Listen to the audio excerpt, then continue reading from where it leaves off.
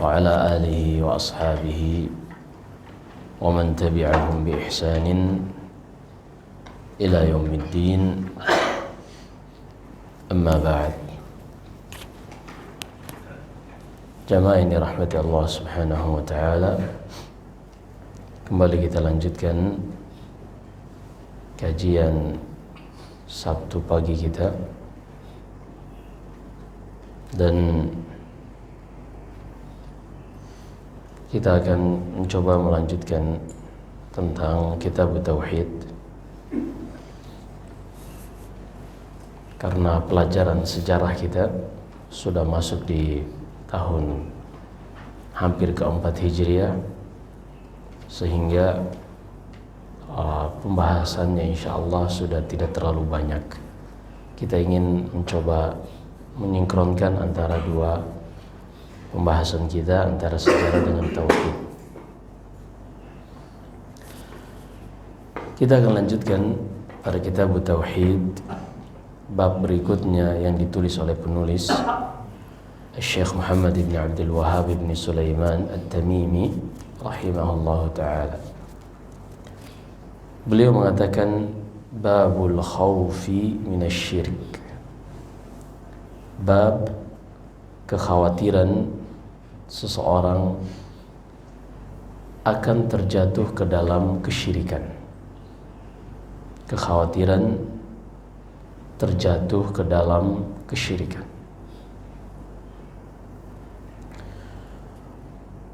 Kenapa demikian? Seorang harus khawatir, padahal mungkin dia enggak niat untuk melakukan kesyirikan, tapi bisa saja dia terjatuh ke dalam kesyirikan dalam keadaan dia tidak menyadarinya. Bahkan Al-Imam Al-Bukhari di dalam kitabnya Sahihul Bukhari, dalam Kitabul Iman, beliau menulis satu bab khawfil mu'min min an yahbata amaluhu wa huwa la yash'ur. Bab seorang muslim itu amalannya bisa gugur, bisa terhapus dikarenakan sesuatu yang ia lakukan dalam keadaan ia tidak menyadarinya. Seperti firman Allah subhanahu wa ta'ala di dalam surat Al-Baqarah, dalam surat Al-Hujurat, ya ayyuhalladzina amanu la tarfa'u aswatakum fawqa sawtin nabiyyi wa la tajharu lahu bil qawli ka jahri ba'dikum li ba'din an tahbata a'malukum wa antum la tash'urun. Wahai orang-orang beriman, janganlah kalian meninggikan suara kalian lebih dari Rasulullah sallallahu alaihi wasallam, dan jangan juga kalian ketika berbicara kepadanya dengan mengeraskan suara, sebagaimana sesama kalian ketika kalian berbicara. Artinya memiliki adab di hadapan Rasulullah sallallahu alaihi wasallam. Kemudian kata Allah, karena jangan sampai kalau kalian melakukan hal tersebut, amalan kalian terhapus dalam keadaan kalian tidak sadar. Di sini menunjukkan mungkin saja seorang amalannya terhapus dalam keadaan ia tidak menyadarinya. Demikian pula kesyirikan, terkadang seorang terjatuh ke dalamnya dalam keadaan ia tidak menyadari akan hal tersebut. Maka disinilah kita lihat mengapa Nabi sallallahu alaihi wasallam menjadikan landasan paling utama di dalam agama kita ini nasihat. Sebagaimana dalam Sahih Bukhari dan Sahih Muslim dari hadis Tamim ibni Aus Ad-Dari radhiyallahu taala an, kata Nabi sallallahu alaihi wasallam, ad-dinu an-nasihah. Agama itu adalah nasihat. Nasihat kepada semua yang ada di dalam Islam ini, kepada pemimpin, kepada rakyat, kepada teman, kepada sahabat, bahkan kepada para ulama. Juga mereka membutuhkan yang namanya nasihat, apalagi kepada selain mereka. Baik.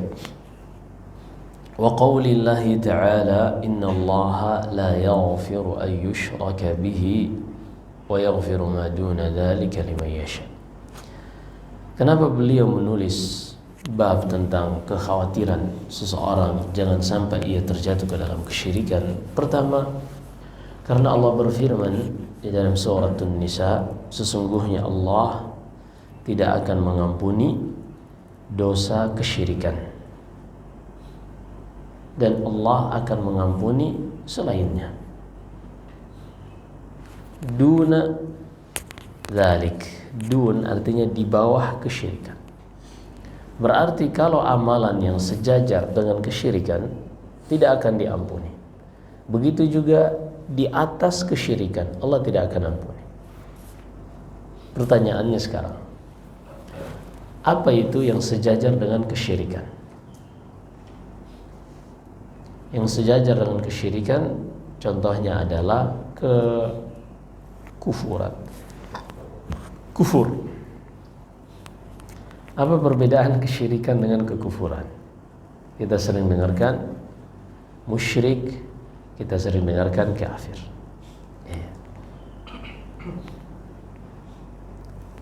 Nggak usah khawatir Pak, kita nggak akan tanya jawab Pak.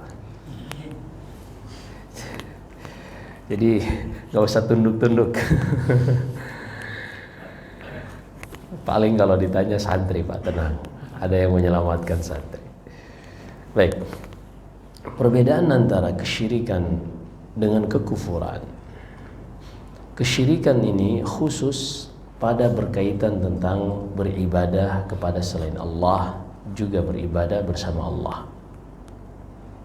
Sebagaimana Allah mendefinisikan kesyirikan ini di dalam firman-Nya surat Asy-Syu'ara, kata Allah Subhanahu wa taala menghikayatkan orang-orang yang dimasukkan ke dalam neraka, kata Allah, wa uzlifatil jannatu lil muttaqin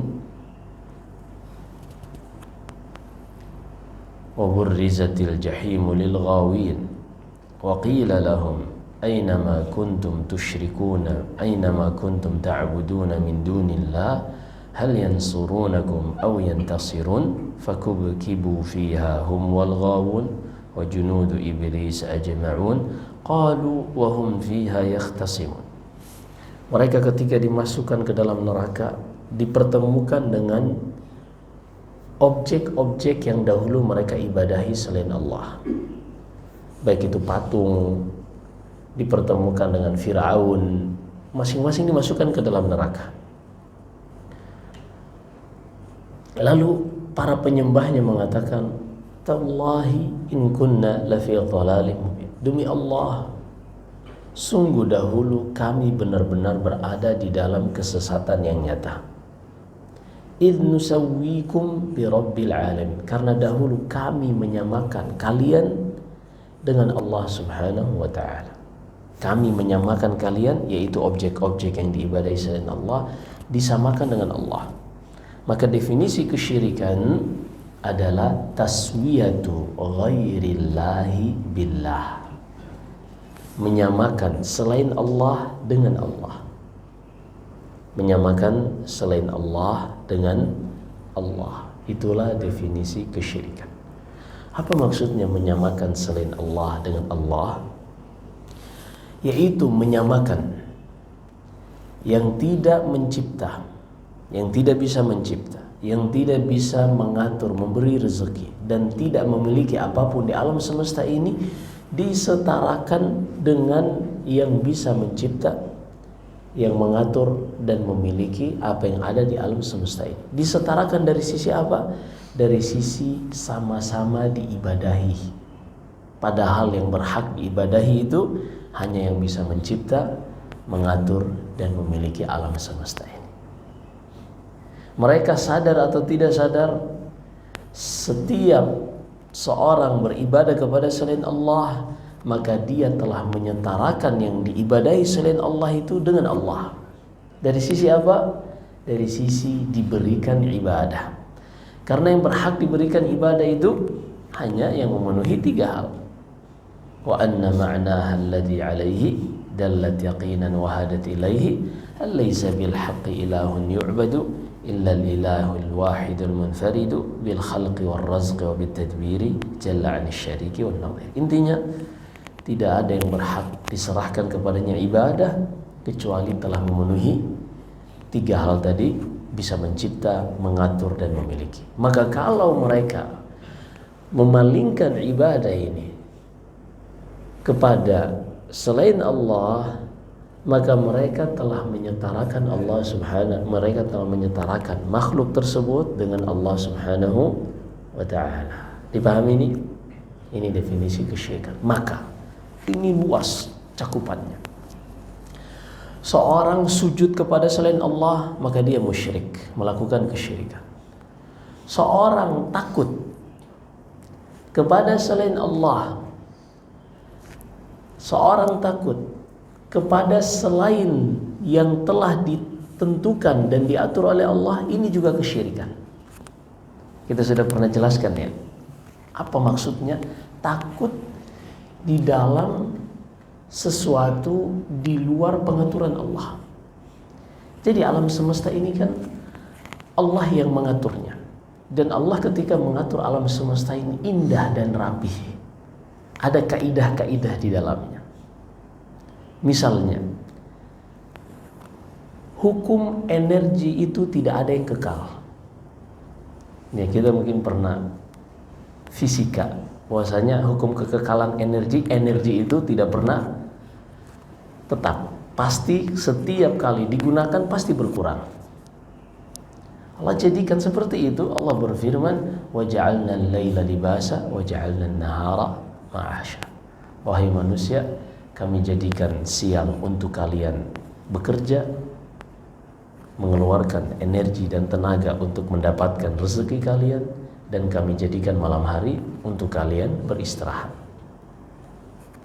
Allah berfirman menyebutkan tentang dirinya yang tidak sama dengan makhluk, yang tidak berlaku padanya hukum energi tadi. Kata Allah di dalam surat Qaf, وَلَقَدْ خَلَقْنَا السَّمَاوَاتِ وَالْأَرْضَ وَمَا بَيْنَهُمَا فِي 6 أَيَّامٍ وَمَا مَسَّنَا مِنْ لُغُوبٍ.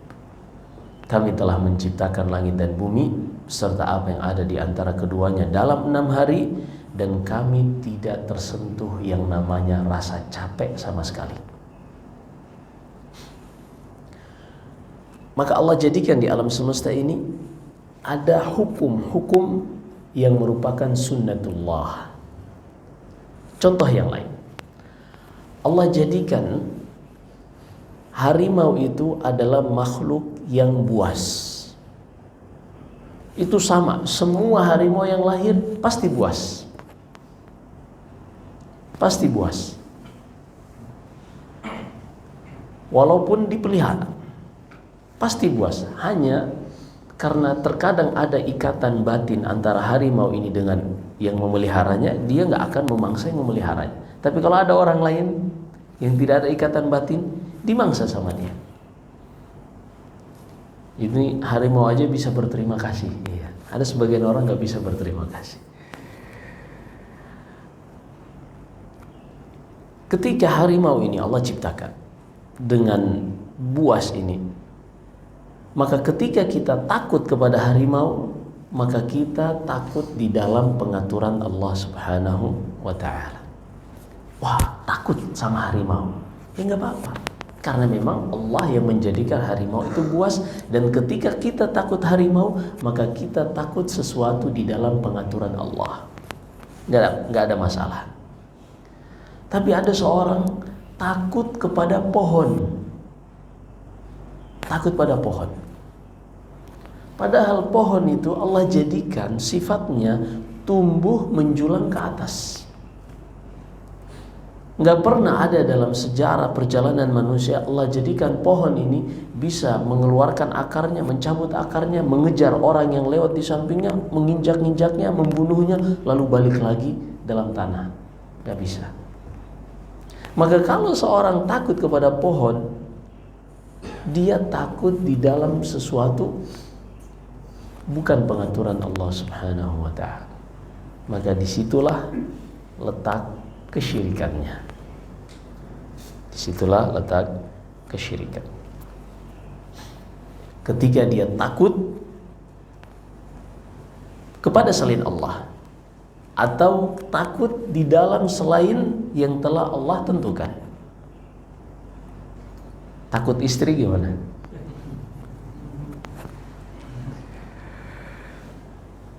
Tergantung Ustaz. Kalau istrinya orang Jawa masih mending lah Ustaz. Tapi seperti itu. Jadi ini kesyirikan, yaitu seorang menyetarakan selain Allah dengan Allah Subhanahu wa taala.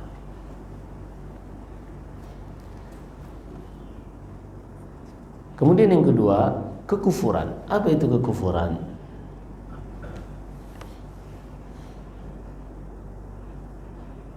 Kekufuran ini cakupannya lebih luas. Kalau kesyirikan itu pada ibadah, pada pengaturan alam semesta, kalau kekufuran bisa berarti kesyirikan juga. Setiap kesyirikan membuat pelakunya kufur, juga bisa berarti jadi al-kufur itu ghita'us syai'. Jadi gini, Allah sebutkan dalam surat Al-Hadid, i'lamu annama al-hayatud dunya la'ibun wa lahun wa zinatun wa tafakhurun bainakum wa takathurun fil amwali wal aulad kamathali ghaithin a'jabal kuffar nabatuh. Wahai manusia, ketahuilah bahwasannya kehidupan dunia itu hanyalah kalian bersenda gurau, kalian bermain-main, yang nanti semuanya akan berakhir. Di dalamnya kalian saling berbangga-bangga terhadap pencapaian harta, fasilitas, jabatan, kedudukan. Hanya itu aja. Kemudian kata Allah, bagaikan air hujan yang turun dari awan, menerpa tanah, menerpa bumi ini. Di antara tanah yang kena air hujan ini ada benih-benih yang sudah ditutup oleh para petani. Artinya asalnya kan nanam itu gali lubang seperti jagung misalnya, dimasukkan biji jagungnya lalu ditutup. Yang menutup jagung ini sehingga tidak kelihatan di dalam tanah, ini namanya kafir. Jadi petani itu dalam bahasa Arabnya adalah kafir. Air hujan yang turun dari awan tadi, ketika mengenai tanaman ini, mengenai biji jagung ini, 3 hari, 5 hari berikutnya mengeluarkan tunas hijau yang tadinya cuma tanah gersang. Kata Allah, yu'jibul kuffar.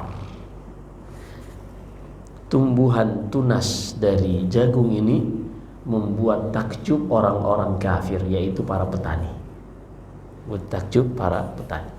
Maka kafir artinya menyembunyikan sesuatu. Petani dikatakan kafir karena dia menyembunyikan benih di dalam tanah. Seorang kafir kepada Allah dikatakan kafir karena dia menyembunyikan kebenaran yang seharusnya dia ikuti.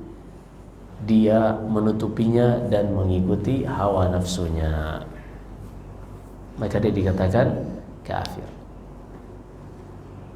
Sehingga seorang wanita juga yang tidak berterima kasih kepada suaminya dikatakan kafir. Sebagaimana dalam Sahih Bukhari, Sahih Muslim dari hadis Abu Sa'id Al-Khudri, juga hadis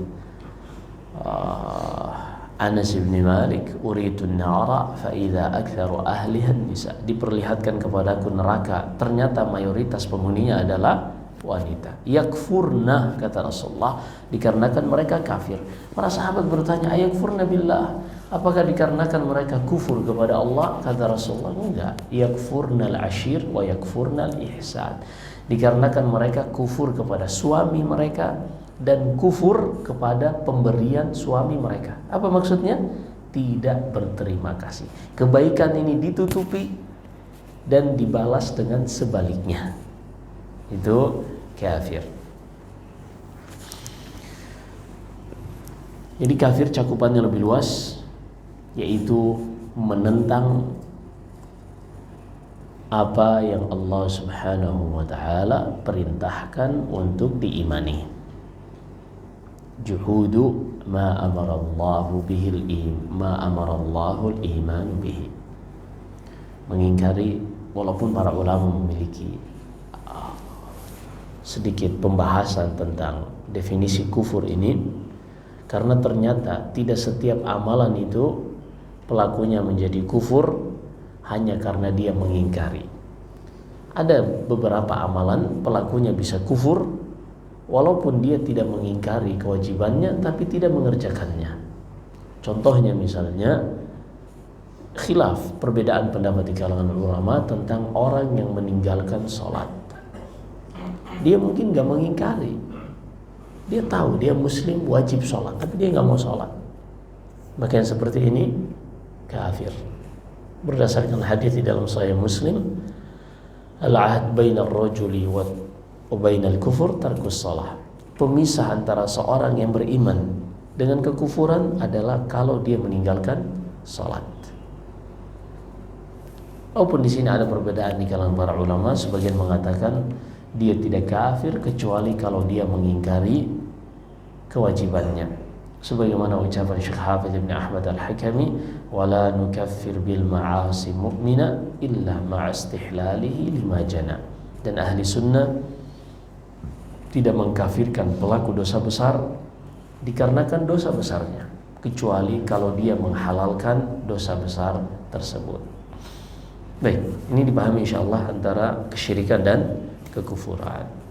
Maka seorang muslim dia harus khawatir terhadap dirinya, untuk keluarganya, anak istrinya, jangan sampai terjatuh ke dalam kesyirikan, kekufuran dalam keadaan dia tidak menyadarinya. Maka kalau kita sebutkan kekufuran, kesyirikan masuk di dalamnya. Kalau kita sebutkan kesyirikan, kekufuran juga masuk. Walaupun kita sudah tahu perbedaannya, kekufuran ini lebih luas cakupannya, adapun kesyirikan berkaitan tentang ibadah kepada Allah Subhanahu wa taala. Contoh kekufuran lainnya misalnya mengolok-olok Nabi, menghina Nabi, menghina Al-Quran. Ini kekufuran. Mengingkari satu ayat dari Al-Quran yang disepakati, maka kafir. Satu ayat yang disepakati, maka dia kafir. Baik, kita lanjut. Inna Allaha la yaghfiru an yushraka bihi wa yaghfiru ma duna dzalika liman yasha. Allah berfirman, sesungguhnya Allah tidak akan mengampuni dosa menyekutukan Ia, dan Allah akan mengampuni semua dosa di bawah syirik. Tadi kita sudah sebutkan, di bawah syirik pasti Allah ampuni. Di setara dengan syirik Allah tidak ampuni, yaitu kekufuran. Di atas kesyirikan, ada tidak dosa di atas kesyirikan? Disebutkan Ibn Al-Qayyim, ada dosa di atas kesyirikan. Walaupun nanti outputnya, hukumnya tergantung kemana arah yang akan kita sebutkan nanti, yaitu dosa berbicara tentang Allah, tentang agama Allah yang seorang tidak memiliki landasan ilmu tentangnya. Ini disebutkan Ibn Al-Qayyim dosa yang lebih tinggi dari kesyirikan. Dosa yang lebih tinggi dari kesyirikan. Kenapa beliau mengatakan hal demikian? Ternyata berdasarkan firman Allah Subhanahu wa taala di dalam surat Al-A'raf. Allah berfirman, "Qul innama harrama rabbiyal fawahisha ma dhahara minha wa ma batan wal ithma wal baghya bighairil haqq wa an tusyriku billahi ma lam yunazzil bihi 'alaikum sultana wa an taqulu 'ala Allahi ma la ta'lamun." Allah sebutkan ada 4 dosa di dalam ayat ini. Yang pertama, innama harrama alaikum al-fawahish. Allah mengharamkan kalian dari melakukan dosa fahish, itu zina. Allah melarang kalian melakukan perzinahan. Yang kedua, Allah melarang kalian, mengharamkan bagi kalian untuk melakukan al-ithim wal baghi, dosa menzalimi orang lain, membunuh, merampas harta, yang masuk ke zaliman berkaitan dengan hak sesama manusia.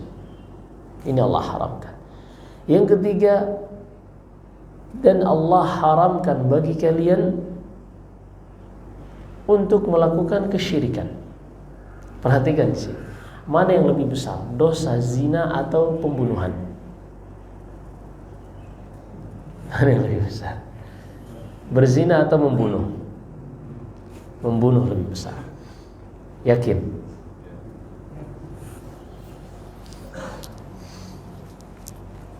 Kita tes. Berapa saksi yang dibutuhkan untuk pembunuhan? 2. Untuk membuktikan perzinahan, berapa saksi yang dibutuhkan? 4. Berarti mana yang lebih berat? Mana yang lebih besar?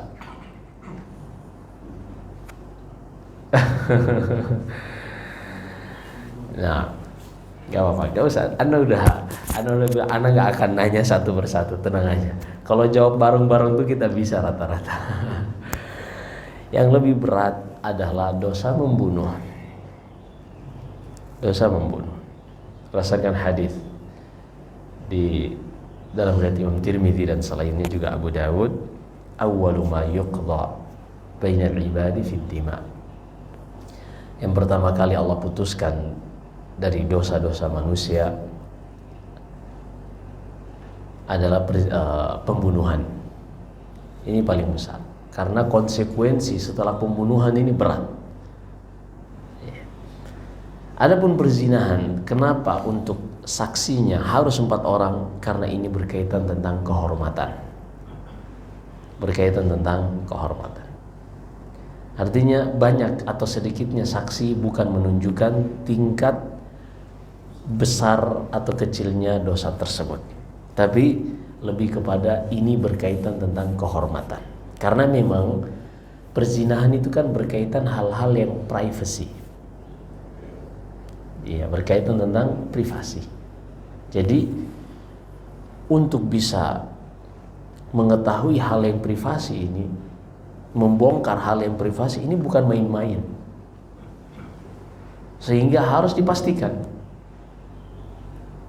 bukan cuma 2 orang, tapi 4 orang, seperti itu. Kemudian kata Allah, pertama Allah haramkan bagi kalian perzinahan. Lalu Allah haramkan bagi kalian pembunuhan, makin naik levelnya. Lalu Allah mengharamkan kepada kalian kesyirikan, tambah tinggi lagi levelnya. Ternyata setelah kesyirikan Allah sebutkan lagi wa an taqulu 'ala Allahi ma la ta'lamun, dan Allah haramkan bagi kalian untuk mengucapkan tentang Allah apa yang kalian tidak ketahui. Makanya kata Ibnu Al-Qayyim, berarti mengucapkan sesuatu tentang Allah lebih besar daripada kesyirikan, daripada pembunuhan, daripada perzinahan. Allah musta'an. Dan memang tidaklah terjadi kesyirikan melainkan dikarenakan diawali dari berbicara tentang Allah yang mereka tidak ketahui. Misalnya, tidaklah orang-orang Nasara terjatuh ke dalam kesyirikan melainkan mereka berbicara tentang Allah yang mereka tidak ketahui. Seperti misalnya mereka mengatakan Allah memiliki anak. Kenapa mereka mengatakan Allah memiliki anak? Dikarenakan mereka tidak mengenal Allah. Mereka bodoh tentang Allah. Kalau mereka mengetahui tentang Allah yang sebenarnya, mereka tidak mungkin menisbatkan anak kepada Allah. Karena yang membutuhkan anak itu seorang yang hidupnya kurang. untuk menyempurnakan hidupnya ia butuh anak. Misalnya, seorang jomblo itu hidupnya pahit, Pak. Jomblo hidupnya berat. Apalagi alhamdulillah kita dulu ngejomblonya tuh internet gak seperti sekarang, smartphone gak seperti sekarang. Sekarang ngejomblo, ya Allah, medsos, internet makin kenceng, udah 5G sekarang, makin berat. Wallahi bukan makin senang, makin berat. Alhamdulillah dulu Allah di zaman kita masih jomblo, tidak ada fasilitas seperti itu yang sangat memudahkan orang untuk melakukan maksiat. Ya. Allahul musta'an. Jomblo ini berat hidupnya, sehingga untuk meringankan hidupnya ini ia nggak bisa tenang hidupnya kecuali memiliki pasangan. Maka jomblo ini hidupnya kurang. Mau dia bilang anak fine-fine aja kok ente, kedap. Dusta. Kalau udah malam ente itu menyedihkan. Sehingga dia untuk menenangkan hidupnya, menyempurnakan hidupnya butuh pasangan. Sehingga kalau orang belum menikah, setiap lebaran pasti satu pertanyaan yang dihindari, udah nikah belum? Iya kan? Seperti itu. Setelah menikah, apakah hidupnya sudah sempurna? Ternyata enggak juga. Setiap kali bertemu di momen lebaran, udah ngisi belum? Wah, seperti itu. Mereka membutuhkan, rumah tangga ini membutuhkan anak untuk mengisi keceriaan di dalam rumah tangga ini. Kenapa? Karena hidup kita tuh kurang. Manusia itu hidupnya kurang sehingga mereka butuh anak. Adapun Allah Subhanahu wa taala hidupnya sempurna. Kita manusia, sehebat apapun kita bekerja, pasti kita capek. Kita butuh yang namanya istirahat, butuh tidur. Kalau kita nggak tidur, penyakitan, namanya insomnia. Kita nggak tidur tuh nggak bisa, karena memang hidup kita kurang. Energi kita energi makhluk. Ketika kita bekerja, energi keluar, kita butuh untuk mengembalikannya dengan istirahat, dengan makan, dengan minum. Makanya Allah tidak makan, Allah tidak minum, Allah tidak mengantuk, dan Allah tidak tidur. Kenapa? La ta'khudhuhu sinatun wala naum, karena hidup Allah sempurna. Orang-orang Nasara yang menuduh Allah memiliki anak ini tidak mengenal Allah Subhanahu wa taala. Kalau mereka mengenal Allah, mereka tidak akan menisbatkan anak kepada Allah. Wa qalu ittakhadallahu walada. Subhanah, bal lahu ma fis samawati wa ma fil ard. Di dalam surat Yunus kata Allah, mereka mengatakan Allah memiliki anak.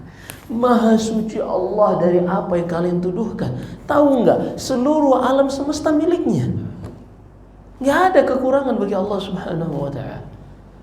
Maka tidaklah orang-orang Nasara mereka melakukan kesyirikan, menuduh Allah memiliki anak, melainkan dikarenakan mereka tidak mengenal Allah Subhanahu wa taala. Sehingga Allah berfirman di dalam surat Al-Hajj, di dalam surat Al-An'am, di dalam surat Az-Zumar, kata Allah, "Wa ma qadarullaha haqqa qadrihi." Mereka tidaklah menghormati Allah sesuai yang seharusnya. Mereka tidak memberikan kadar Allah yang semestinya. Inilah asal muasal kesyirikan. Berarti mengucapkan sesuatu tentang Allah bisa lebih besar dari kesyirikan, karena itulah awal dari kesyirikan. Nah, wa qala al-Khalil alaihi salam, wajnubni wa bani an na'budu al-asnam. Kemudian beliau membawakan firman Allah yang menghikayatkan ucapan Nabi Ibrahim di dalam surat Ibrahim, "Ya Allah, jauhkanlah aku dan keturunanku dari menyembah berhala." Ini subhanallah. Ini yang berdoa Nabi Ibrahim. Siapa itu Nabi Ibrahim? Dia dengan tangannya sendiri yang menghancurkan patung-patung milik ayahnya dan kaumnya. Kurang apa lagi? Berani dia melakukan itu sampai dia dibakar hidup-hidup. Dibakar hidup-hidup. Dan dia gak takut. Dan dia tahu, luar biasa, Nabi Ibrahim ini tahu tentang Allah. Dia benar-benar mengenal Allah. Bumi, langit milik Allah, api juga milik Allah. Kalian ingin membakar aku, menghukum aku dengan sesuatu milik Allah, ya bagi Allah mudah. Ini luar biasa ahli tauhid itu. Mereka ingin menghancurkan kita dengan apa? Mereka ingin menjatuhkan kita dari gunung, gunung milik Allah. Gravitasi milik Allah, hukum yang Allah ciptakan. Kalau Allah kehendak, Allah batalkan sesaat hukum gravitasi. Sebagaimana Allah pernah memenjarakan, pernah menahan matahari ketika Yusha bin Nun, Nabi Joshua. Yusha bin Nun ini yang membantu Nabi Musa berjalan hingga bertemu dengan Nabi Khadir alaihissalam, yang di surat Al-Kahfi. Pernah dengar kisahnya? Dia adalah Yusha bin Nun, Joshua. Jadi gini ceritanya. Ketika selamat dari pengejaran Fir'aun, tujuan akhir Nabi Musa kan ke Palestina. Sehingga mereka ini ketika keluar membawa jasad Nabi Yusuf alaihissalam. Karena Nabi Yusuf berpesan kepada Bani Israel, kalau kalian keluar dari Mesir, maka kubur aku bersama dengan di samping kuburan kakekku Ibrahim, kakekku yang satunya lagi Ishak, ayahku Yakub, di sebuah tempat yang bernama Magharah di Palestina. Magharah ini kafling kuburan yang dibeli oleh Nabi Ibrahim pertama kali ia mengubur istrinya Sarah. Ini disebutkan Ibnu Katsir dalam kitabnya Al-Bidayah wa Nihayah. Ketika Nabi Yusuf hendak meninggal, dia berwasiat kepada Bani Israel, kalau kalian keluar dari Mesir ini, maka kembalikan aku ke kampung halamanku, kubur di samping kuburan tadi. Dan Nabi Yusuf jasadnya tidak termakan proses oksidasi, itu tidak terkena. Allah jadikan jasad para nabi tidak dimakan tanah, tidak terkena proses oksidasi. Ketika mereka keluar, dikejar Fir'aun ditenggelamkan, laut dibelah, kemudian Musa bersama kaumnya berhasil melewati. Tujuan akhirnya kemana? Tujuan akhirnya adalah ke Palestina. Namun mereka ini setelah selamat dari Fir'aun, justru mereka melakukan kesyirikan yang Allah sebutkan dalam surat Taha, surat Al-A'raf. Mereka membuat patung anak sapi dan mereka menyembahnya. Ini kita ringkas ceritanya ya. Hingga akhirnya Nabi Musa diminta oleh Allah datang ke Gunung Tur. Sebelumnya ia persiapkan 40 hari berpuasa. Sampai di Gunung Tur ia diberikan Taurat. Setelah kembali,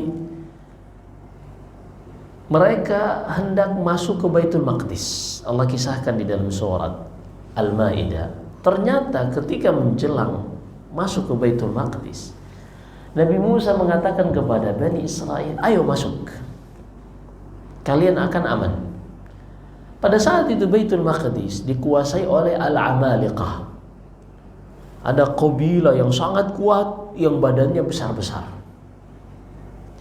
Sebagaimana Allah hikayatkan dalam surat Al-Maidah, qalu ya Musa inna fiha qauman jabbarin wa inna lan nadkhulaha hatta yakhruju minha. Wahai Musa, sekarang di Palestina itu dikuasai oleh orang-orang yang kuat. Kami tidak akan masuk sampai mereka keluar. Di sini Bani Israel menentang perintah Nabi Musa. Sampai akhirnya berkata dua orang yang beriman. Yang pertama Yusha bin Nun, yang kedua Kalib ibni Yofanna. Dan Yusha bin Nun ini nanti dia diangkat menjadi nabi. Mereka berdua mengatakan, wahai kaum kami, masuklah. Niscaya kalian yang akan menang dan Allah yang akan menjaga kalian. Kata mereka Bani Israel, qalu ya Musa inna lan nadkhulaha abadan ma damu fiha fadhhab anta wa rabbuka faqatila inna hahuna qa'idun. Wahai Musa, kami tidak akan pernah mau masuk selama mereka masih di dalam, sampai mereka keluar. Pergilah engkau bersama Tuhanmu berperang, kami akan tunggu di sini. Kalau menang kami ikut masuk. Kurang ajar nih Bani Israel. Pergilah wahai engkau Musa bersama Tuhanmu, kami tunggu di sini. Kalau udah menang kabarin. Kurang ajar.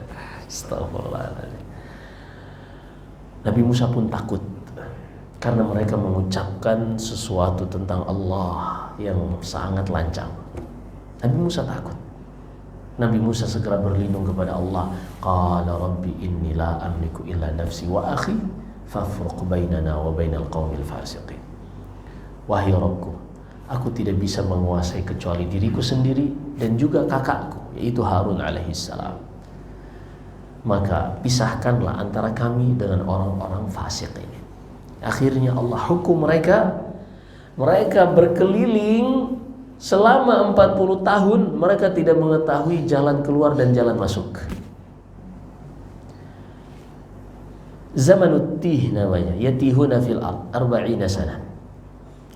Mereka tersesat 40 tahun, keliling sampai beranak pinak. Mereka nggak tahu kemana arah jalan yang harus mereka tempuh. Di situ Nabi Musa meninggal, belum sempat masuk Baitul Maqdis. Kemudian Nabi Harun juga meninggal, hingga tersisa Yusha' bin Nun, Nabi Joshua. Ketika selesai 40 tahun menjelang matahari terbenam, dia akan membawa Bani Israel masuk ke Baitul Maqdis. Maka dia meminta kepada Allah untuk menahan terlebih dahulu matahari agar tidak keburu malam mereka masuk Baitul Maqdis. Allah tahan. Seperti itu. Alam semesta ini milik Allah. Allah sangat mudah untuk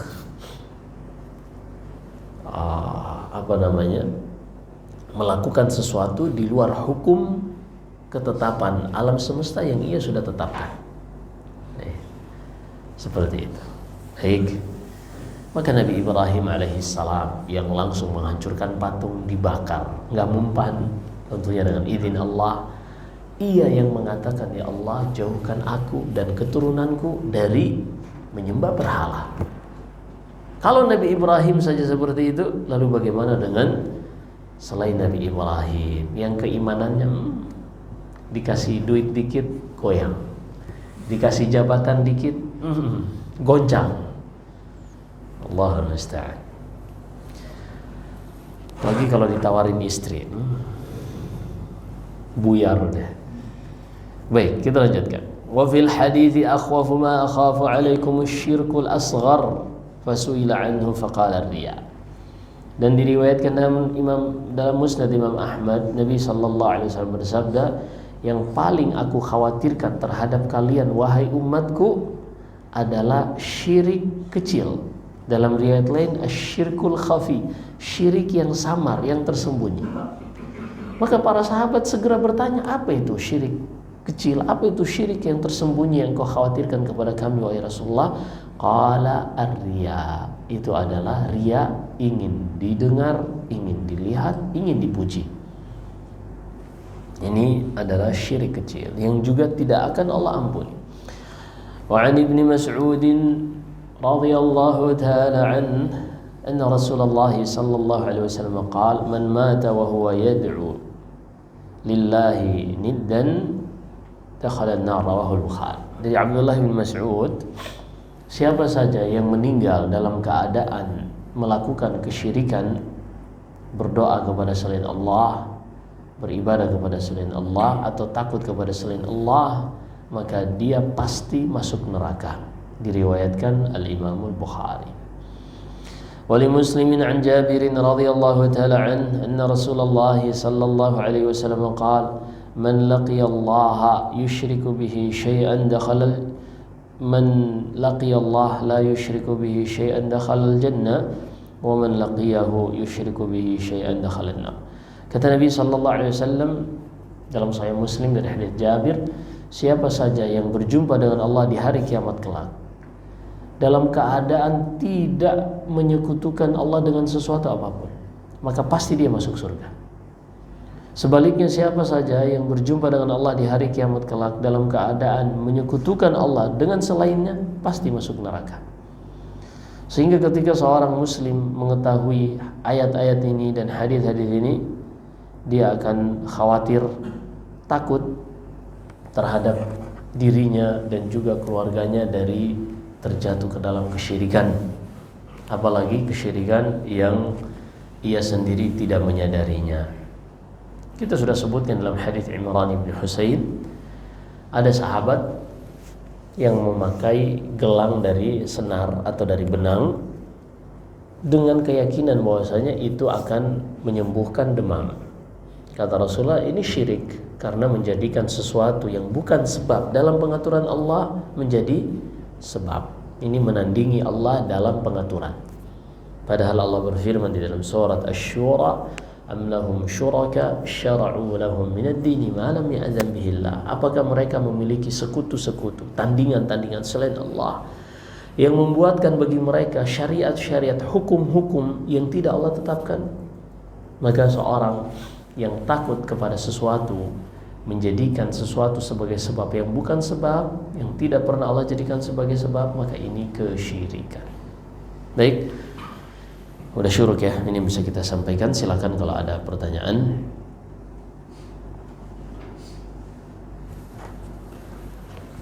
Ya.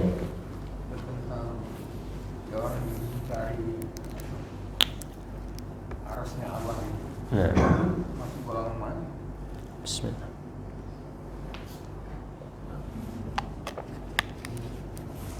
Mungkin bukan mengingkari arsy, mengingkari kalau Allah berada di atas arsy. Iya.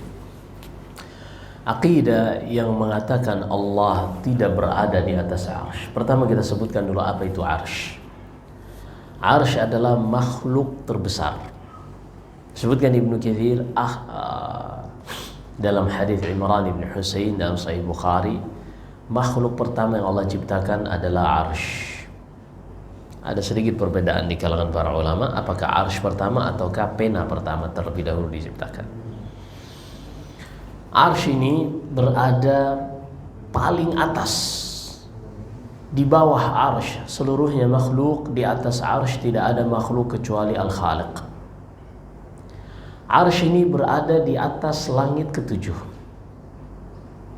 Antara langit ketujuh dengan arsy ada laut yang dalamnya sedalam 700 tahun perjalanan, sehingga arsy ini berada di atas air. Arsy ini berada di atas air. Itu arsy, makhluk terbesar. Makhluk seluruhnya berada di bawah arsy, termasuk arsy adalah makhluk. Dan di atas arsy tidak ada makhluk lagi, yang ada hanyalah Al-Khaliq. Allah sebutkan pada 6 tempat di dalam Al-Quran, di dalam surat Al-A'raf, di dalam surat Yunus, di dalam surat As-Sajdah, di dalam surat Al-Furqan, di dalam surat Thumma istawa 'ala al-'arsy Ar-Rahman. Pada 6 tempat di dalam Al-Quran Allah sebutkan Ar-Rahmanu 'ala al-'arsy istawa.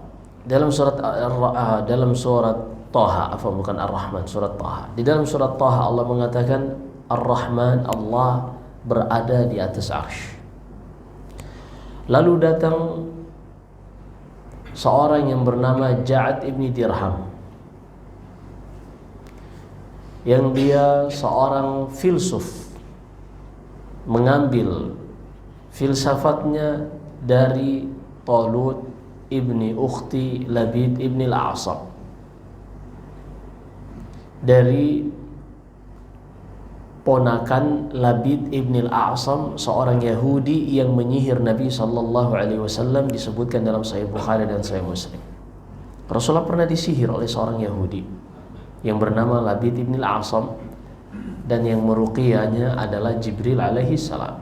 ternyata buhulnya dimasukkan ke dalam sumur dan dikeluarkan oleh Nabi SAW.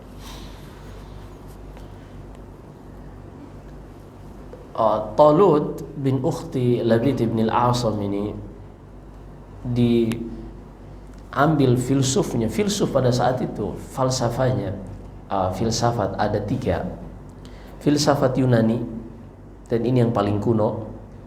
Ada filsafat India, dan juga ada filsafat yang namanya Sabi'ah. Sabi'ah ini orang-orang yang beriman kepada bintang-bintang.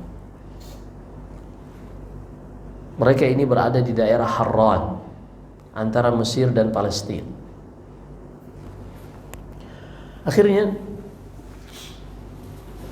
keyakinan Ja'ad ibn Dirham ini kemudian dipelajari oleh muridnya yang bernama Jaham ibn Safwan, yang kemudian dikenal dengan kelompok Jahmiyah.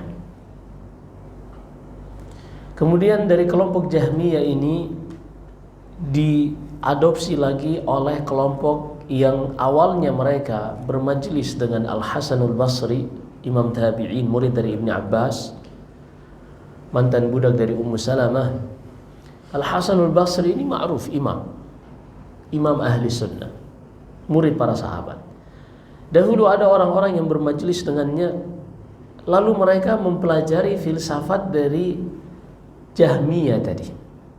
Akhirnya mereka meninggalkan majelis Al-Hasan Al-Basri. Meninggalkan ini dalam bahasa Arab i'tizal. Mereka pun dikenal dengan Mu'tazilah. Lalu Mu'tazilah ini membangun kaidah-kaidah. Di antaranya mereka tidak menetapkan bagi Allah sifat kecuali 3 saja. Yang pertama, sifatul haya, Allah itu maha hidup. Yang kedua, sifatul ilm, Allah itu maha mengetahui. Yang ketiga, sifatul qudrah, Allah maha mampu atas segala sesuatu. Yang lainnya enggak. Allah itu tidak berbicara, Allah itu tidak mendengar, Allah itu tidak datang nanti di hari kiamat, Allah juga tidak beristiwa di atas arsy. Kenapa kata mereka?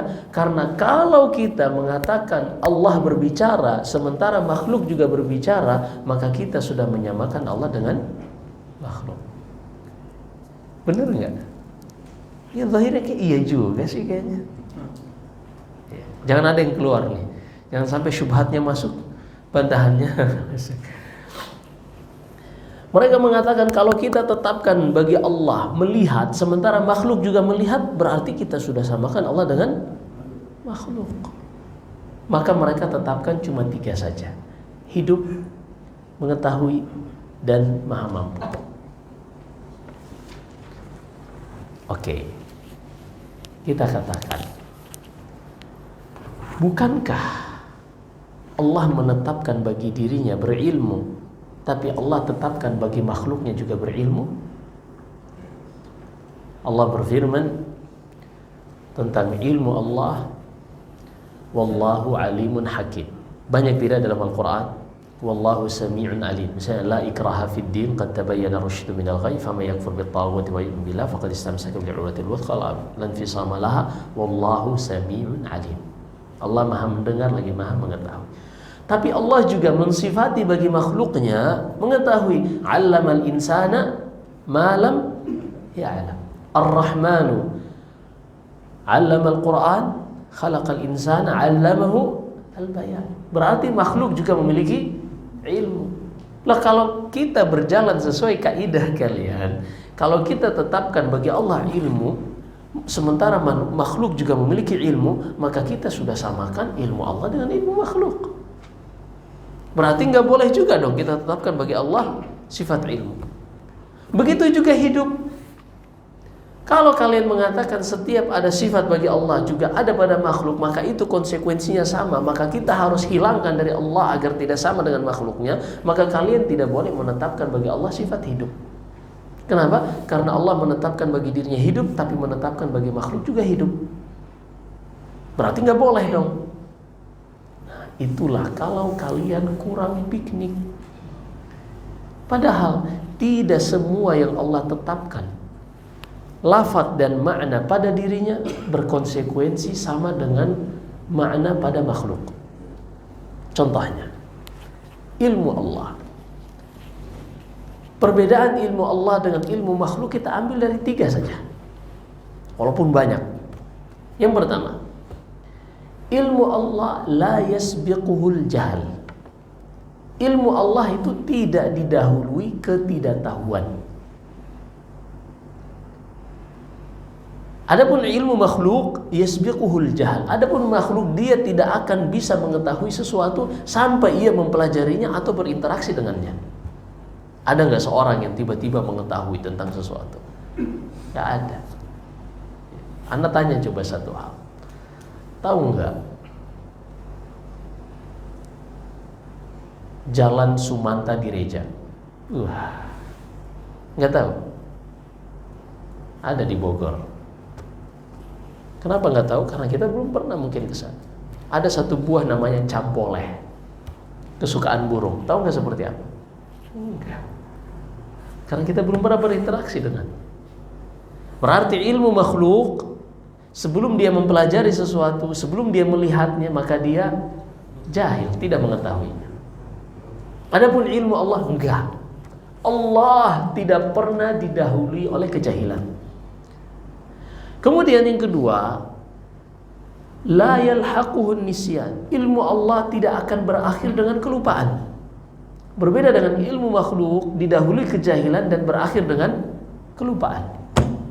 Allah berfirman dalam surat Taha menghikayatkan ucapan Nabi Musa kepada Fir'aun, la yadhillu rabbi wa la yansa. Rabbku tidak akan pernah keliru. Kenapa seorang keliru? Karena dia nggak tahu apa yang benar, makanya dia keliru. Artinya tidak pernah jahil, dan Rabbku tidak akan pernah lupa. Ini dua. Yang ketiga,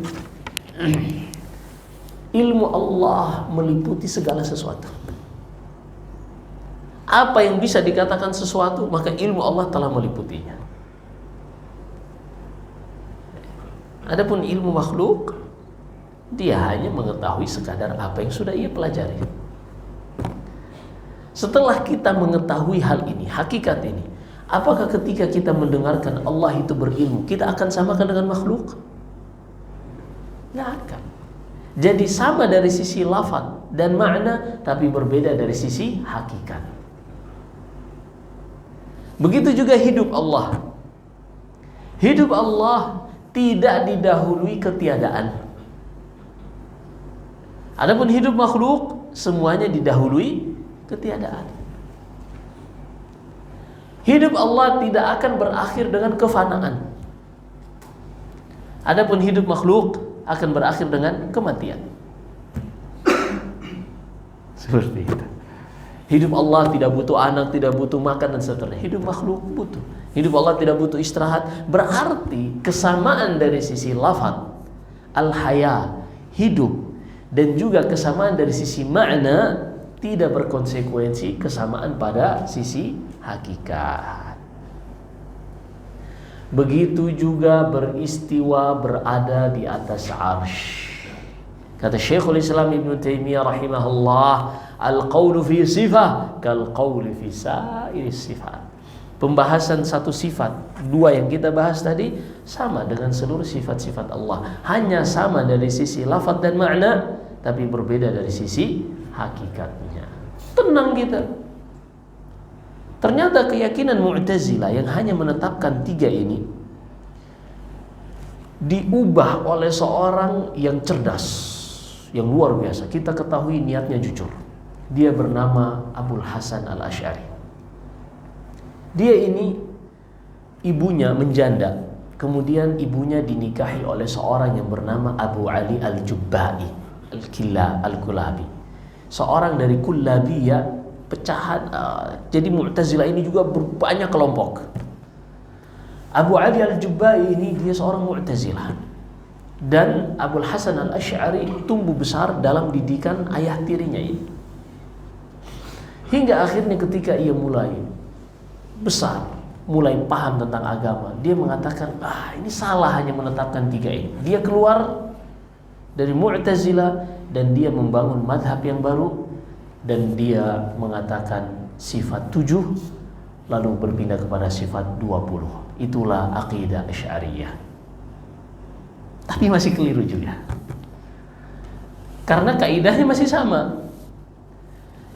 Qidam, baqa, haya dan seterusnya. Sifat 20 atau sifat 7. Sifat hidup, sifat mengetahui, sifat maha mampu. Masih terjebak juga dalam hal itu. Namun di akhir perjalanan hidupnya ia mempelajari Sahih Bukhari, Sahih Muslim, dan dia melihat ternyata Al-Quran dan Sunnah menetapkan semua itu, dan tidak ada kontradiksi kalau kita menetapkannya untuk Allah, menetapkannya untuk makhluk, sama dari sisi lafaz dan makna, tapi berbeda dari sisi hakikat. Akhirnya beliau pun kembali kepada aqidah ahli sunnah wal jamaah, sebagaimana Imam Ahmad ibni Hanbal rahimahullah akidahnya ashabul hadis. Apa itu?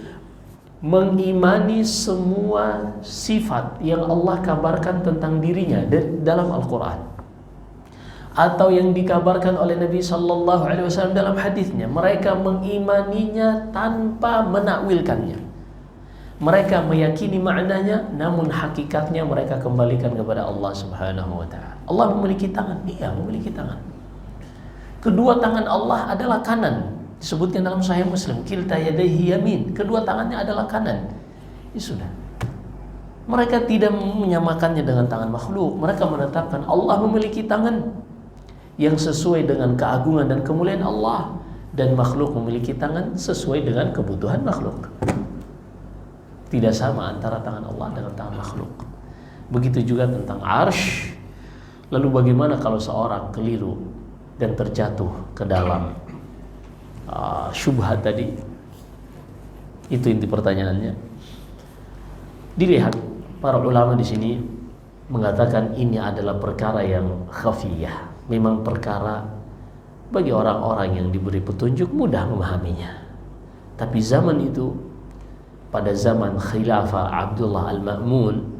Abdullah Al-Ma'mun ini anak dari Harun Ar-Rasyid, yang mana pada zamannya dia mentranslate buku-buku dari Yunani ke bahasa Arab, sehingga akidah yang dibangun di atas filsafat Mu'tazilah itu tersebar sangat masif, bahkan resmi di negara, di Daulah Abbasiyah pada saat itu, resmi. Hingga akhirnya siapa saja yang menentang akidah bahwasanya Al-Quran adalah makhluk, Allah itu tidak berada di atas, ini akidah mereka. Siapa saja yang menentang akidah ini akan dibunuh atau dipenjara. Sehingga kita dengar Imam Ahmad dicambuk, dipenjara, berpindah dari satu penjara ke penjara yang lain, seperti itu. Ketika ulama tumbuh besar dalam lingkungan seperti ini, mereka pun pikirannya terkontaminasi dari awal. Dan berat Pak, kita mengubah keyakinan yang sudah kita yakini sebelumnya kepada keyakinan yang baru, itu lebih susah dibanding kita sebelumnya belum tahu apa-apa lalu mengetahui apa-apa. Itu dua hal yang berbeda. Mengubah kebiasaan, misalnya setiap jalan itu nggak pakai helm, tiba-tiba pakai helm, itu susah tuh. Biasanya ngebut-ngebut di tol, tiba-tiba jalan 80. Itu tersiksa banget Pak. Seperti itu. Mengubah kebiasaan itu lebih susah daripada memulai yang baru yang belum ada kebiasaan kita sama sekali. Maka para ulama memberikan uzur, seperti kepada Imam Nawawi, Imam Ibnu Hajar, yang mereka keliru dalam bab ini. Ya, tapi kalau seandainya dia memang mengingkari dan seterusnya, maka dia disebutkan Hammad Ibni Zaid, guru al-Imam al-Bukhari, maka kafir. Na'udzubillahi min dzalik. Iya. Hanya tentunya ini perkara-perkara bukan perkara yang gampang, perkara yang jelimet. Maka kalau ada orang keliru dalam bab ini, diusahakan untuk diberikan uzur kepadanya. Demikian, wallahu a'lam. Cukup ya? Udah. Ada lagi? Nah, taubatnya seorang dari kesyirikannya apakah bisa mengembalikan seluruh amalnya yang telah? Sama bolehkah kita mengambilkan doa orang kafir yang mendoakan kita?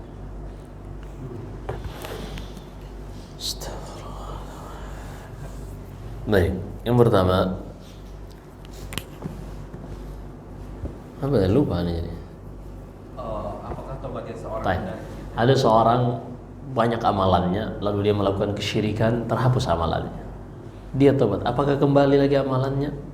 Khilaf di kalangan para ulama. Sebagian mengatakan iya kembali berdasarkan firman Allah di dalam surat Al-Furqan, illa man taba wa amana wa amila amalan salihan fa ulaika yubaddilullahu sayyiatihim hasanat. Kecuali orang yang bertobat, beriman dan beramal saleh, maka mereka itu kejelekan-kejelekannya diganti menjadi kebaikan. Kalau seandainya kejelekan saja diganti menjadi kebaikan, maka kebaikan yang sudah ada pun akan dijaga oleh Allah Subhanahu wa taala. Tapi sebagian mengatakan terhapus karena Allah sudah mengatakan terhapus. Wallahu a'lam. Kemudian yang kedua, apakah boleh mengaminkan doa orang kafir? Kalau dia berdoa kepada Allah boleh. Kalau dia berdoa kepada Allah. Tapi kalau dia nggak berdoa kepada Allah, nggak boleh. Iya. Apalagi Allah yang dia maksud adalah versinya dia. Paham ya maksudnya? Ada agama yang versinya dia. Maka tidak boleh, karena itu termasuk berdoa kepada selain Allah Subhanahu wa taala. Tapi kalau misalnya seorang punya ibu misalnya, ibunya non-muslim, Kristen misalnya, dan dia berdoa memanggil nama Allah, ya Allah berkahilah anakku, lalu kita mengaminkan, boleh, karena dia berdoa kepada Allah. Dan Allah Subhanahu wa ta'ala itu kepada orang kafir Allah akan berikan doa-doa mereka. Disebutkan di dalam riwayat Imam Ahmad dalam hadis Mu'adz bin Jabal, wattaqi da'watal mazlum wa in kana kafira. Takutlah engkau dari doanya orang yang dizalimi walaupun kafir. Menunjukkan orang kafir juga ketika dia berdoa kepada Allah dikabulkan. Seperti itu. Wallahu a'lam. Tapi kalau seandainya seorang tidak mengetahui ini orang ini berdoanya kepada siapa nih, maka dia menjauhi dan dia tidak mengaminkan yang seperti itu. Nah, wallahu a'lam. Baik, ini kita bisa bahas. Kita lanjutkan pada pertemuan berikutnya insyaallah. Wallahu a'lam. Jika ada benar semata-mata dari Allah Subhanahu wa taala. Jika ada kesalahan dan kekurangan dari saya, wa astaghfirullah li wa lakum. Sallallahu alaihi wasallam wa baraka ala nabiyyina Muhammad. Subhanakallahumma bihamdik, asyhadu an la ilaha illa anta, astaghfiruka wa atubu ilaik. Assalamualaikum warahmatullahi wabarakatuh.